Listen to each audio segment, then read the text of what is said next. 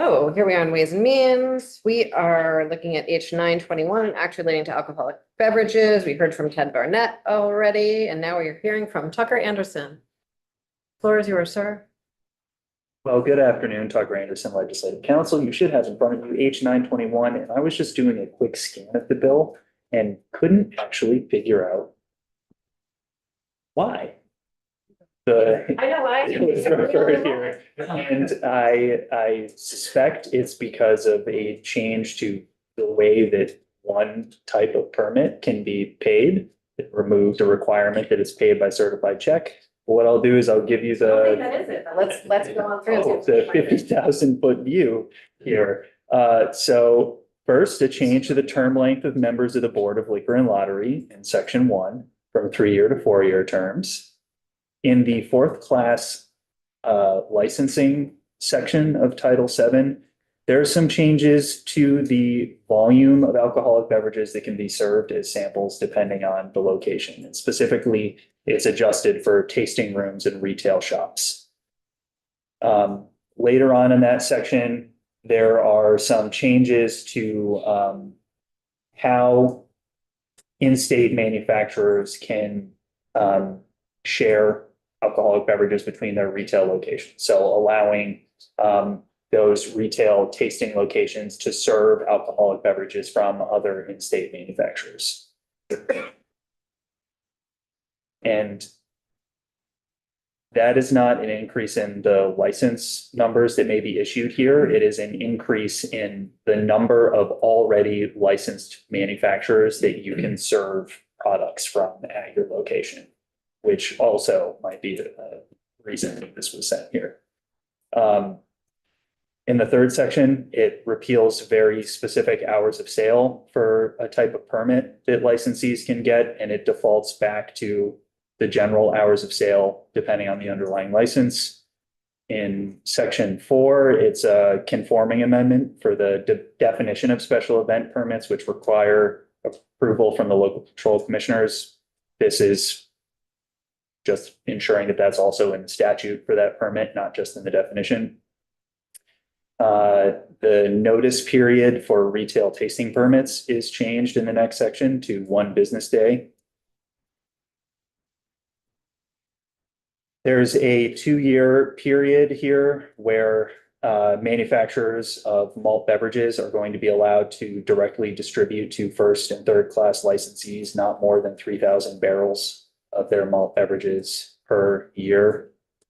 Is this expanding their authority to allow them to do this and then limiting it to 3,000 barrels, or it's limiting the authority they already have to 3,000 barrels? It's giving them the new authority to do this and capping the volume that they're allowed to directly distribute at 3,000 barrels. Thank you. And why is the wording in the next section exactly the same? Because section 7 is in the future. In 2028, section 7 will take effect and it will repeal this authority. So that's the sunset. Did the commit, sorry, this isn't germane to our committee, but is this perspective that imagine that in 2 years from now, then the committee will come back to and see how it went? Is that the idea? That is how this is operated in the alcoholic beverage space for all of the other pilots that they've done, including retail alcoholic beverages to go and the delivery of certain cocktails from first and third class licensees with food, things like that. Those programs were initially established as 1 and then 2-year pilots and then eventually codified. It's so funny because I remember what a big deal that was during the pandemic, and then I remember us making it permanent, and no one does it. I never see anyone doing it anymore or talking about it, or restaurants even seeming to know about it. Anyway, continue. Sorry. Yeah. See you sometimes. You just have to order your food online.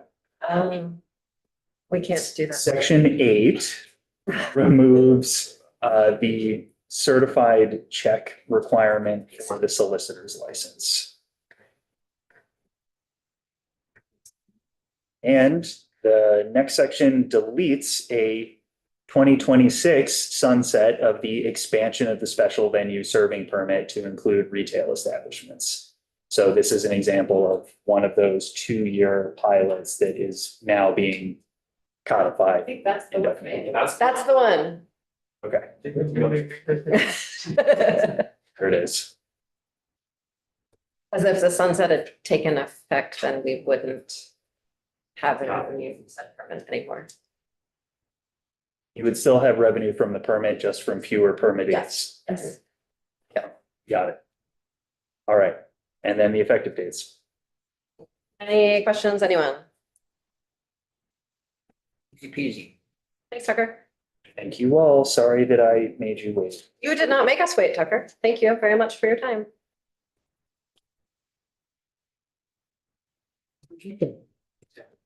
What do we do now? Madam Chair, I would suggest that we find H 921 favorable.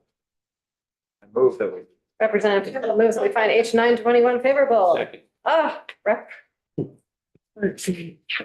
Representative Canfield seconds. Any discussion? Seeing none, if the clerk could please call the roll. Representative Brannigan? Yes. I'll vote yes. Is Representative Burkhardt, Representative Higley, Yes. Representative Holcomb? Yes. Representative Kimball, Yes. Representative Maslin? Yep. Representative Odie? Yes. Representative Page, Yes. Representative Wazazak, Yes. Representative Canfield, Yes. and Representative Kornheising. Yes, You found the bill favorable, 11-0-0. thank you. Sure. Representative Burkhardt, you haven't reported anything in a round. Do you want this one? Sure. I have two hanging out. Oh, you do? Oh, that's what happened. They're little ones that are hanging in ropes, but that's okay. I'm happy to. Okay, thanks. Thank you everyone for a really very productive and kind of fun week. Been a good week, right? Yeah. Next week is gonna be a roller coaster and we're gonna be getting our work done while all the other committees are just feeling free as birds. So, encourage you to take a look at the committees that are yours over the weekend and see what they voted out today so we can be prepared for next week. See you on Tuesday. Let's go over the list. Everybody drive safe. I don't really, yeah. Oh, the list of who has what. Representative Brannigan, you would look at the healthcare committee. Representative Burkhardt, that's commerce. Representative Higley, GovOps. Representative Holcomb, education. Representative Kimball, energy and ag. Representative Maslin, judiciary. Representative Odie, human services. Representative Page, environment. Wazak, general and housing and institutions. Representative Canfield, transportation, and I have appropriations, which means I don't get bills to report.